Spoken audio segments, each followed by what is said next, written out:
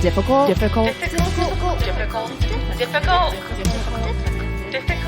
Women. What up? Yo, baby face. How are you? Your baby face is in my face right now because you're here in New York City. That's right, you guys. We are in embrace right now. We're potting very close together. We are very close. A little hungover. Actually, not too hungover. No. We didn't really drink. Yeah, just doing a little pat on the back. We went to a party last night, and neither of us had a single beverage at the party. It felt right. It was great. We can have fun without alcohol involved. Of course we can. Which makes us true friends. Because I have a couple friends out there in the world that I don't like to hang out with unless there's alcohol involved. And you're not one of them. Well, that's good to know. Who is this? I'm Katy. Who's over here? Marie. Oh, who is this person that's been living in my house? Hello.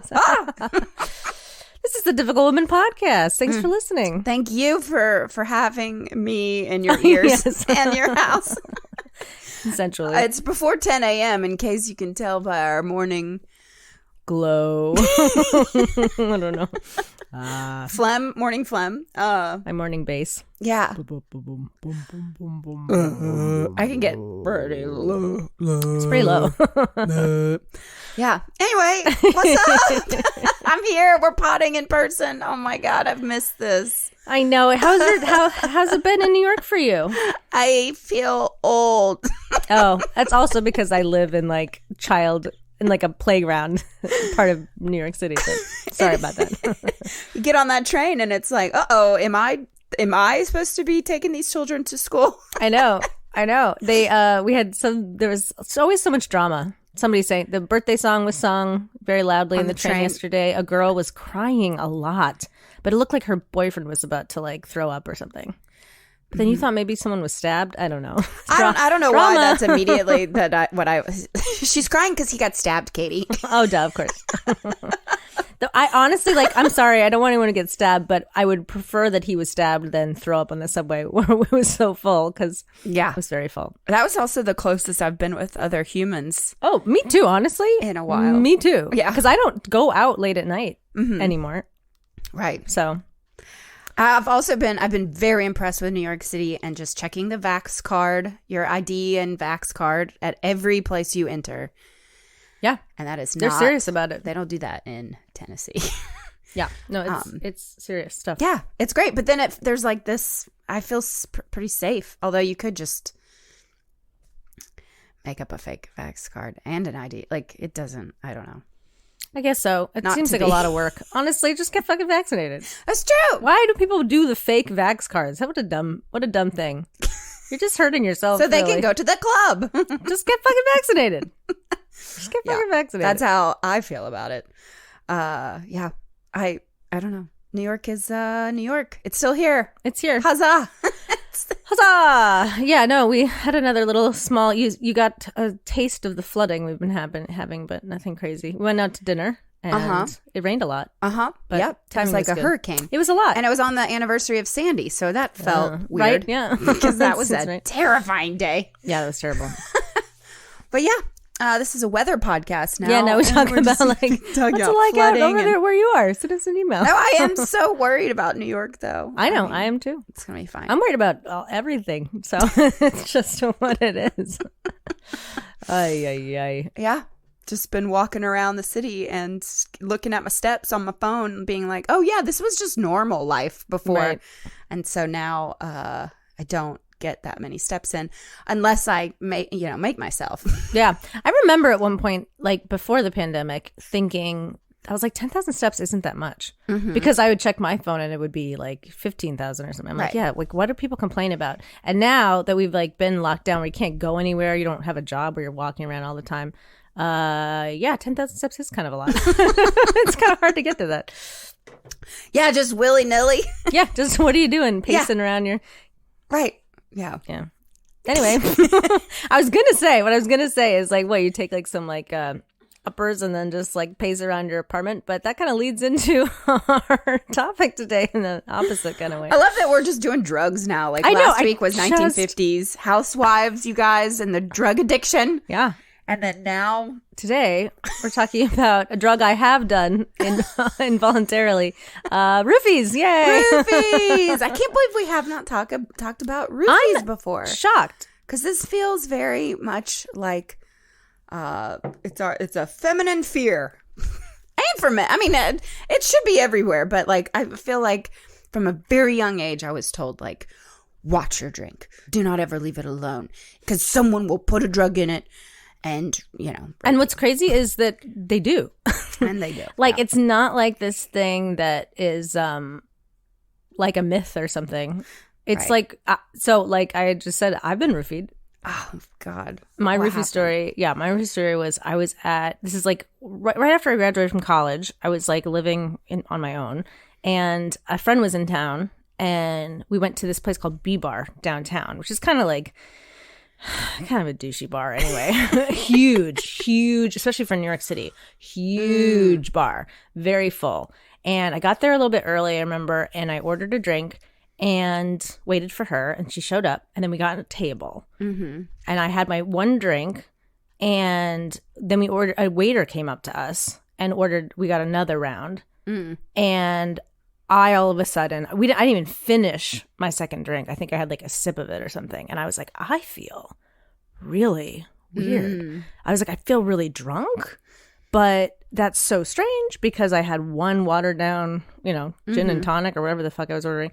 And I normally power through things like that because I'm like, it's fine. But I was like, I don't feel like this is not good. And I remember cutting the night really short really early, and I felt really terrible because I hadn't seen my friend in a long time. I was so I was like, but something's wrong. I don't really remember getting home. I remember waking up and I had a futon at the time, and so I always would like open the futon and it was not open, it was like closed. I didn't really remember how I got home, and then when I woke up I was like, I think I'm gonna die. I just remember feeling like I'm gonna die. I never felt anything. To this day, even my worst hangover doesn't touch what I felt that morning. And I didn't even think about being roofied right away. It took me like a minute to figure out, like, I was like, why am I do I have like the flu or something? But this doesn't feel like the flu. And then a couple hours after I woke up, I just couldn't do anything. I was just laying in my bed thinking I was going to die. And then I threw up, which I never did when I drank. And I immediately felt better. And then I ordered a burrito. But it was like, oh, yeah, that's what happens. Like, you don't see it coming. I was sitting alone at the bar. So some guy probably saw me, like a young little lamb or whatever, sitting alone at the bar. And then there's a lot of commotion, a lot of people. I hadn't particularly not watched my drink, but I don't remember watching it super closely. Also, there's always a question of like, is it the bartender? Is it like, what I mean? Are people working together? Sometimes the bartenders do favors for their friends that are not, behind the bar. So it was like, that was like eye-opening, because it wasn't that I wasn't aware before, but then of course you're like, oh yeah, I don't want that to happen again. And I was lucky that I got home and I left early. Right. Yeah, I'm pretty sure I roofied myself. I think you roofied yourself. But we were on tour, and we happened to be in Nashville, and we went to Robert's Western World, and that night, like, just took such a sharp turn for me. And the next day, I was so sick. I mean, it just blackout. Yeah. But then, and I was like, I was roofied. And I really said, that next morning, I was like, I was roofied because I did accidentally drink from a stranger's beer. Oh, right. Because I felt like we had shot for shot the same thing, me and you. I mean, there was like lots of shots. There was like some gummies involved. And then there was lots of dancing. But I like blacked out. And the next day, my skin was like burning. And like, I was just so sick. And we had to drive to Knoxville and do a show that night. And that's one thing that's hard about these roofie situations is that like you don't ever get confirmation. Right. There's like this like no closure there really, unless like you definitely were raped and roofied, and like that's not the kind of closure you want, because that's not really closure either. But there's something very creepy about you're like, how did it happen? When did it happen? Right. Who did this? Why did they do this? And I get a little, like in researching this, I was like really trying to find like some article or an interview with someone who's like anonymous, some anonymous person being like, this is why I roofie people. I just want to hear what people have to say about it. I don't understand what goes through someone's mind that they think like that's a good way to get laid or whatever. And the thing is, like, it'd be one, sure, we've got like psychopaths and stuff, but that doesn't seem super common. Roofing is very common. There's a lot of men and maybe women out there drugging people's drinks at bars and somehow convincing themselves that like it's okay, it's fine, like it doesn't matter, these people don't matter. Like, I just don't understand why there's so many of them. Yeah, I had an ex-boyfriend get roofied here in Brooklyn, and his story was horrifying. That it was like he was just in a dive bar. There was maybe only 2-3 people in there, and there was definitely a guy that was giving him the creeps. And he finished his beer and he left. And right when he exited the bar, he said he started getting really dizzy. And then his legs went numb, and he then like couldn't even stand up.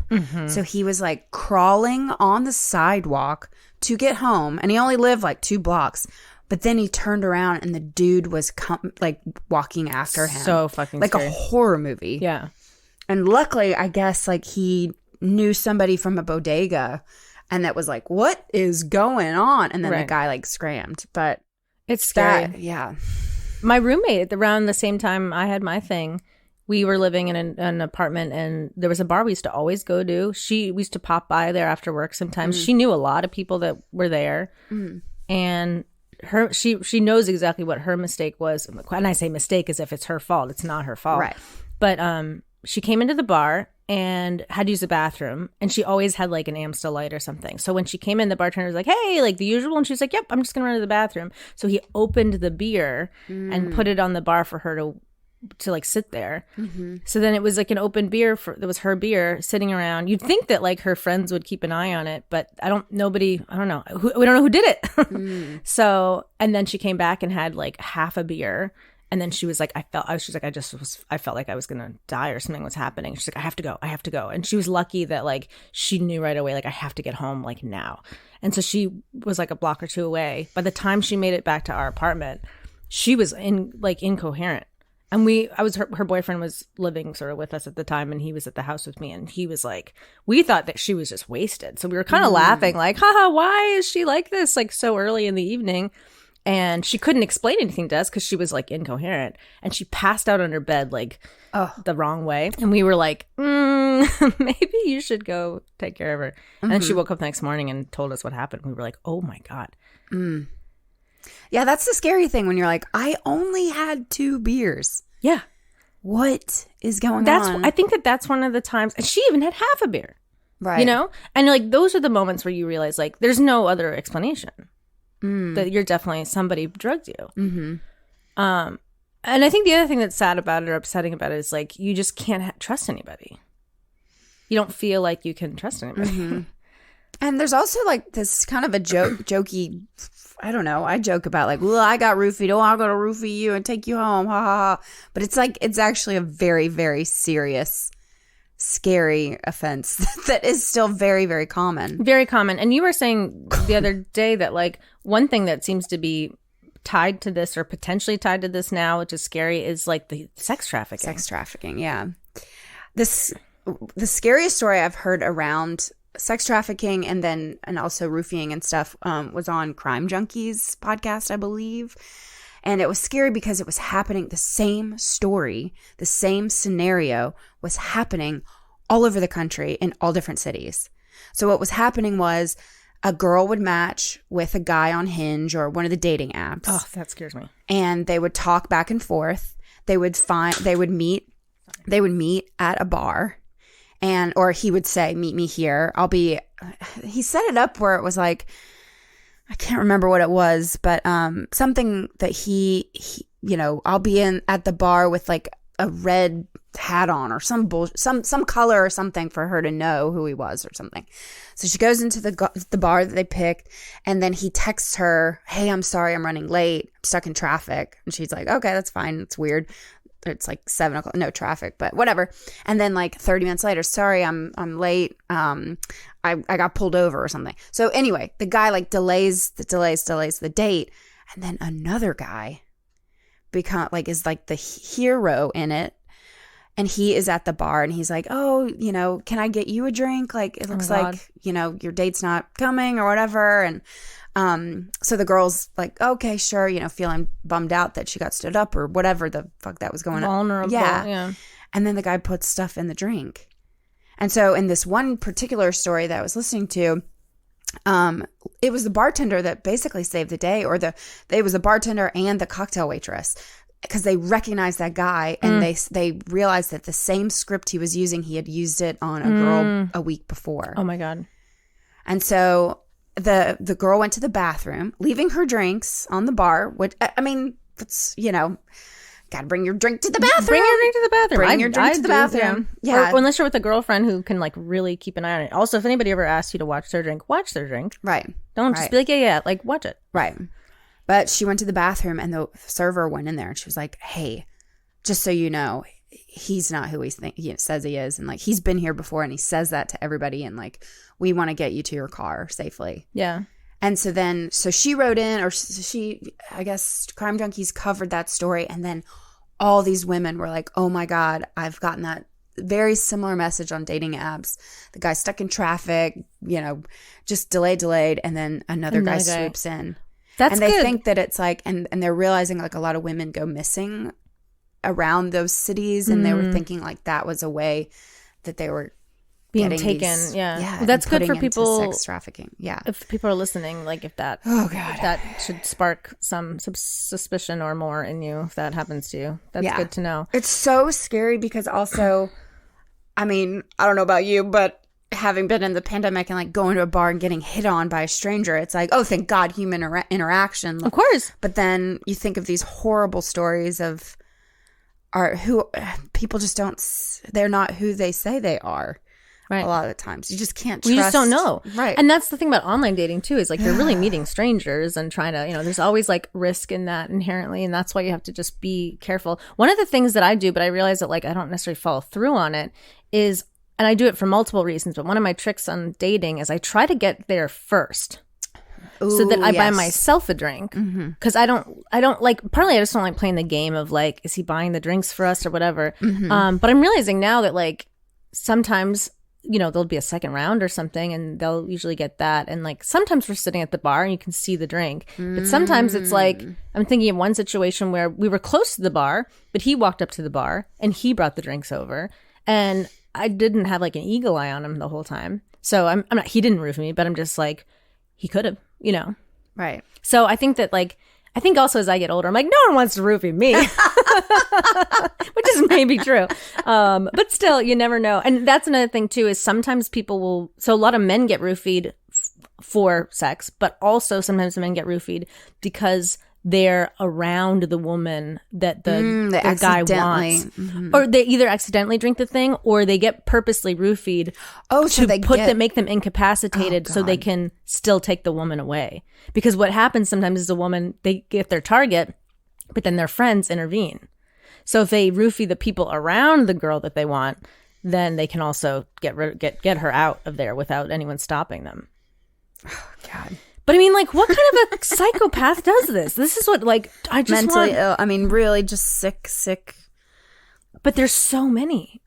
Like, that's the thing. It's not like this happens so occasionally. It's like it happens all the fucking. I was trying to look at the statistics, and one woman was like, for as many stories as you hear, she was trying to debunk that there's actually not that many rapes because of being roofied, but it's so. That cannot be true. I know so many people who have been. Also, there was another doctor I was reading some article, and he said basically the same thing. It wasn't even the rape part, because they were asking questions like, well, how often are people roofied or whatever, and he was like, we really don't know, because most people that get roofied and make it home safely don't report it. Right. I didn't report it. My friend didn't report it. I don't think your ex-boyfriend reported it. Because you just kind of think like, oh, I made it home safe. Right. So like for all of those people, Because, I mean, it really should be important to call the the bar, because then they can check cameras and then see. That's if true. They can find out who did it and then make sure that guy doesn't they're come prosecuted or B, like just not allowed in the bar again. Yeah. Actually, that's true, you know, because I mean, there's even in my local grocery store, there's like they've got cameras and they'll catch people stealing. And then they do this thing where they blow the picture up and they're like, this person is a thief. Like, they're not allowed in here. But also, like, if you see them, you know that like they just publicly shame them.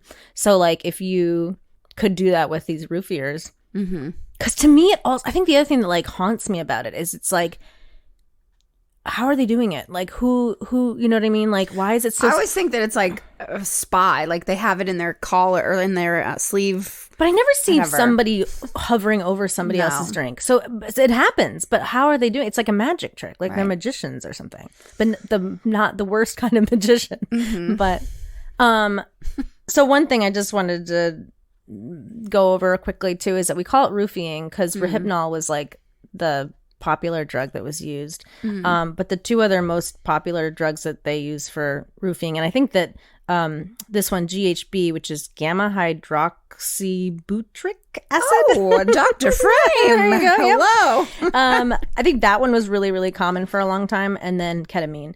So these are all kind of like, I mean, I think that they're all tranquilizers. Ketamine... When I was in the hospital recently, I had a little thing. The woman next to me was on ketamine drip.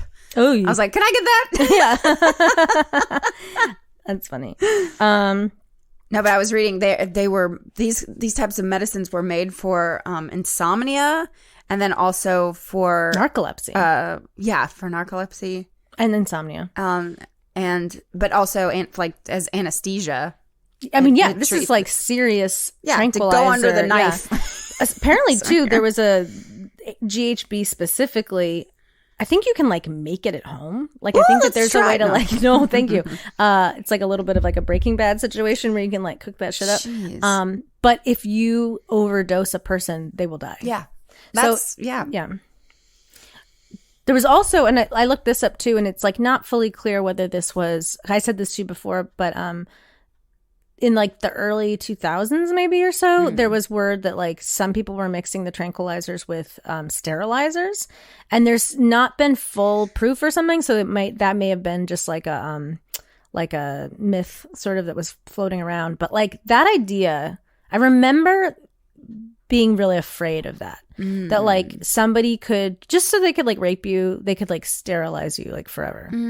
So you don't get pregnant and whatever. And I just, but it's like, it doesn't, even if it's not true, it wouldn't surprise me because it's like that's the mentality of this shit, which is like you don't care about that other person at all. You don't care if you're gonna ruin their life just by drugging them and raping them. But like, why not ruin it further by also ruining any future prospect of having children? Cool, awesome, yeah, wonderful. What horrible, horrible humans.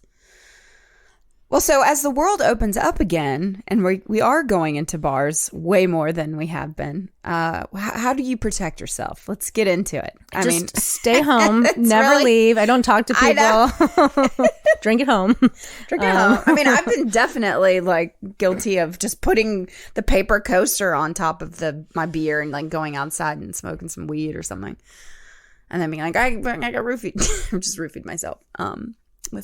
Yeah. I mean, I think that that's probably like the best line of defense is like just keep an eye on your drink as it's being made, have it with you at all times, have it, know like even if you're holding it and it's away from your body and you're not looking at it, someone could roofie you then too. So you have to just like keep an eye on it. I remember being at a house party once where the dudes that were running the house party, I didn't know these people very well. And they were the shadiest fucking guys. They were just like those like bro-y type of like college dudes that like, because this is also very common in college settings where these boys don't know, they're not thinking, and they're fucking insane. But I remember, I don't know if we ever heard a guy saying something about roofing or what, but I was with a friend of mine and we were like on high alert then. We were like, oh, this is not a safe environment. And then you just are either on double, or you leave. I mean, that's probably what we should have done, just left. But you got to be on high alert. Also, I think especially like if you're out and you're getting more and more drunk, that's where like you start to like slack off. And then that also makes you more of a target. So just being mindful. Also, I think going out in groups of girls that you trust and trying to take care of each other a little bit. Keep, if somebody seems like they're acting really weird, get them out of there. I guess Roofinol can make your drink turn blue. Now it can. So that was part of the reason why it was so popular originally, was that it's colorless and odorless. So it was easy to slip in there. You can't tell that there's something in there.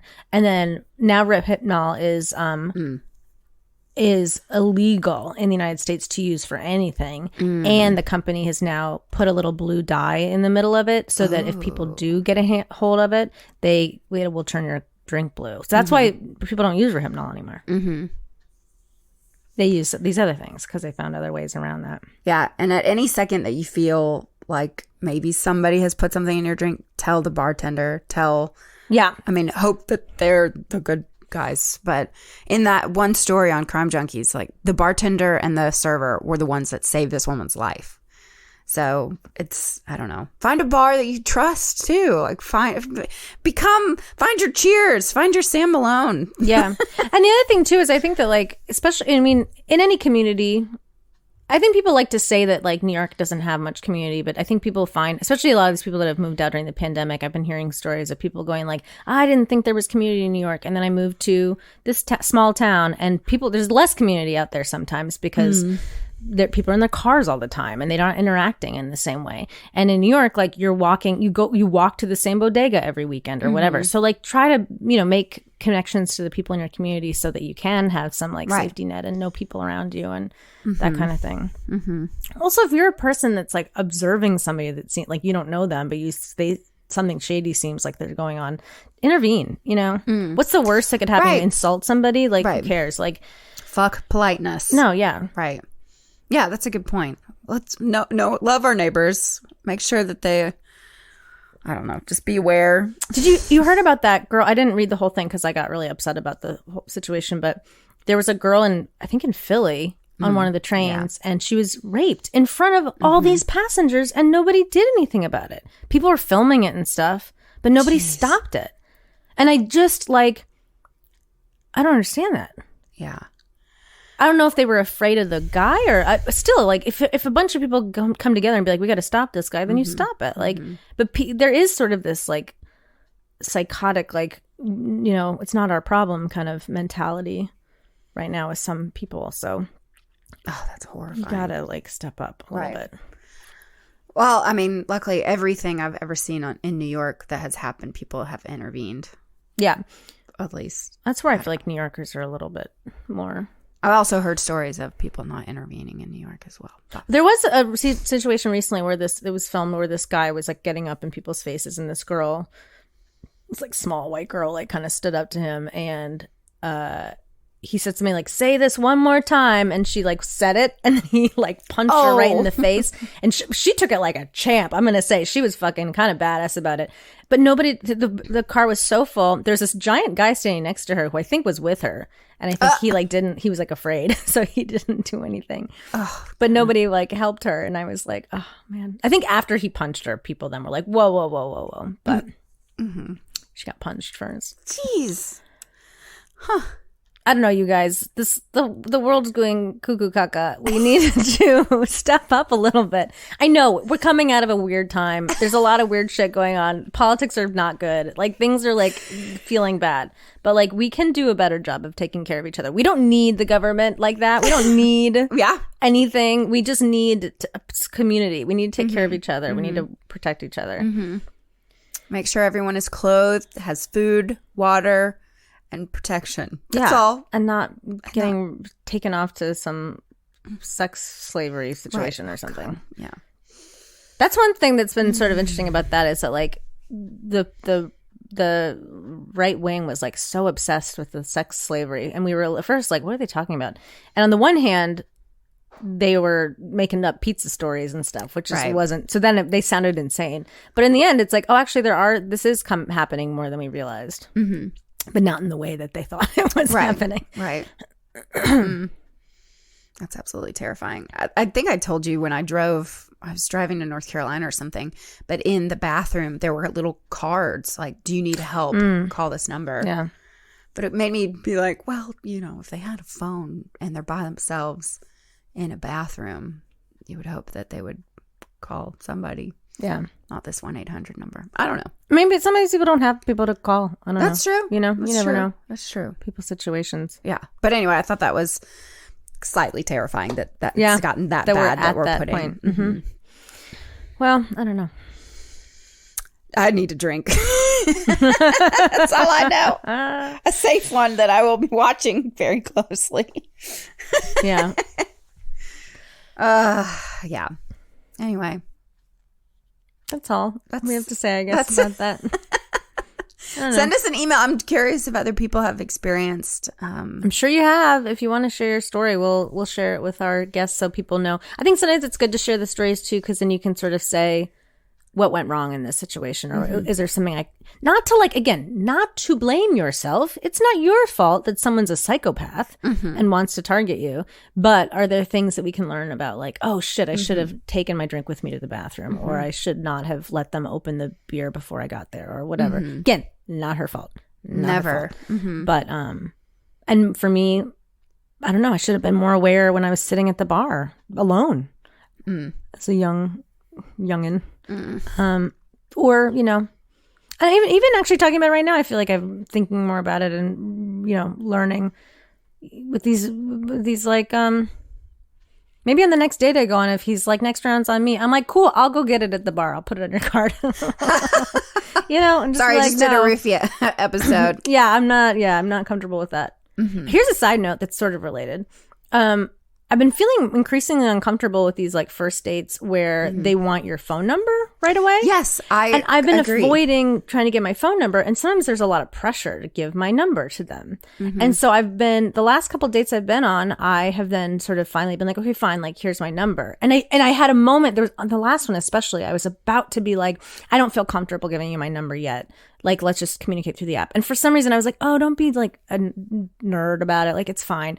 And then it's like, nothing horrible happened, but then you just have this like level of access that like, I don't need people to from have. A stranger, from someone I don't know. Right. And so like even things like that, like I think I just, I think we can all step up I say we all, it's really me. I just need to step up my game in terms of just putting up boundaries right away and be like, I don't know you. I don't know anything about you.